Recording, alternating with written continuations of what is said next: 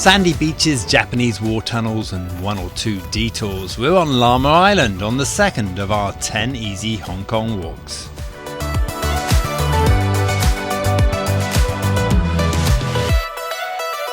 Well, welcome to our second episode of our easy walks. We're on Lamma Island and I have my two dogs with me today.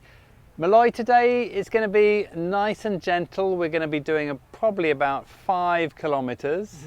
Lots of interesting things to see along the way. Not too many hills, but a few just to challenge you. Probably not as much as last week. How are you feeling about it? Well, I was told this is going to be an easy climb, so it better be, because I didn't have enough sleep last night. So we're in Sok Kwu Wan and we're going to start with lunch, as you should do in a place like this, and we'll work our way over to Yung Shue Wan, hopefully for sunset. Let's go.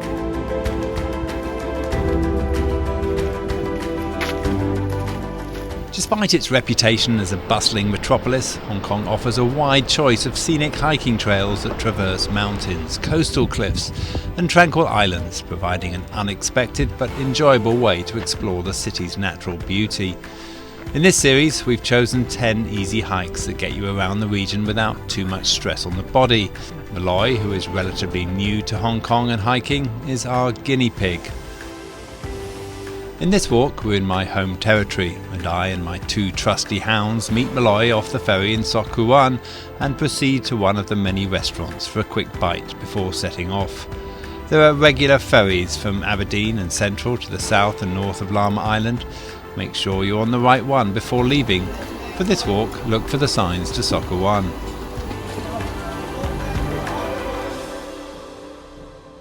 From the main village, we set off along the family trail past a Japanese tunnel that used to house kamikaze boats during the Second World War and out towards Lo So Sing village. It's a beautiful stroll along the coastline, looking out over the natural harbour.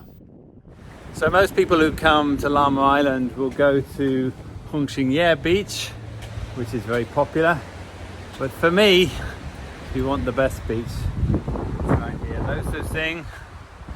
Absolutely beautiful and often uncrowded compared to the others. Takes a bit of work to get here though. We double back on ourselves, regaining the family trail and start a climb up towards a ridge that skirts the harbour. So we've just veered off the family trail, gone off to the right, and this is really the only bit of climbing we've got to do. It's long steps, nothing too major, but we have a small hill to get up and then it'll be plain sailing from there. Before reaching the youth hostel, take time to enjoy the views off to your right as you climb the ridge. If you decided to go for the picnic option, this is the ideal spot to rest, close to the top of the hill and with a panoramic view below. Okay, so let me just give you a quick introduction of where we have come from. So Muloy came in at the ferry pier. That's the green one over there, I'm not sure if you can see it. It's down there in Sok Kwu Wan, and that's where we had lunch, and then we walked all the way around this beach over here, and you can't see, we started making our way up along the family trail. We went off to the right, away from the family trail on the way to the youth hostel, I think it's signposted, and we've come up this ridge behind me here, and we're about to go over the spine of Lamma along what's locally known as Snake's Path. In our book, Snake's Path is a much better choice than the family trail. It is slightly longer, but you miss the crowds and there are views both sides of the island. Also, if you look carefully, there are a few surprises along the way. So I have a little secret for you, Muloy. We're going to head off into the bushes there, see if we can find a secret cave. Okay.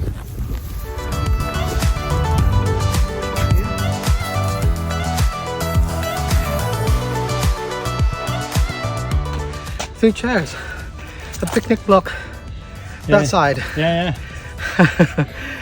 We're gonna just take a little detour here. We're gonna go up and down. But this is probably one of the best viewpoints in Lamma. Cool. Let's go. Let's go.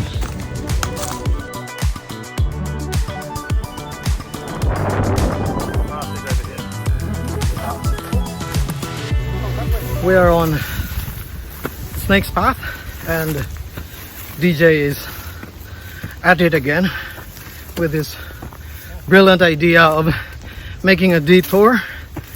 So let's see how tough this is. As we reach the top, it's time to inaugurate Muloy into the Drone and Phone Hall of Fame. So Muloy, we have a tradition with these things. Oh my god! And that is, you need to see if you can stand on it. It's a bit windy today, so I'm not going to do it, but you're going to try? Good. Top of the world!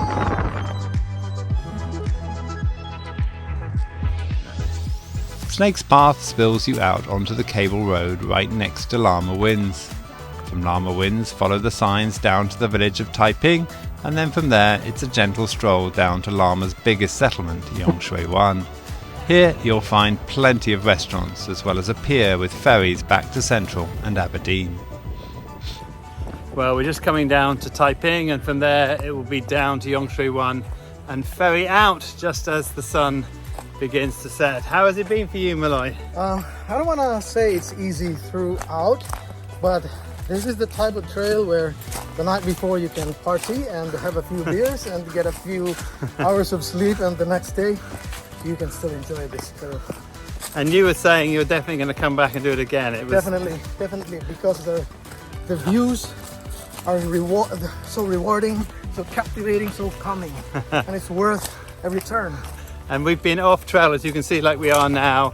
We've been pretty well off the main paths most of the time, away from the tourists, but not too difficult. Now, if you're finding this for the first time, you're going to find all of our other episodes nicely catalogued on droneandphone.com and on our YouTube channel. I forgot to say how far we've gone, so it's now just looking like it's going to be about 7 kilometers, so I wasn't quite right there. But for now, my name's DJ. I'm Muloy. And this is Drone and Phone.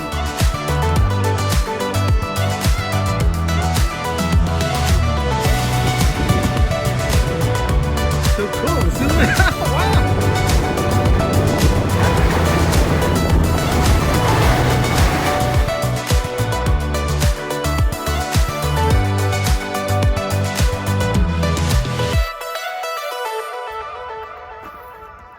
This is a perfect trail if you want to hike with your girlfriend and have a quiet time with her down at Lososhing Beach. Nice place.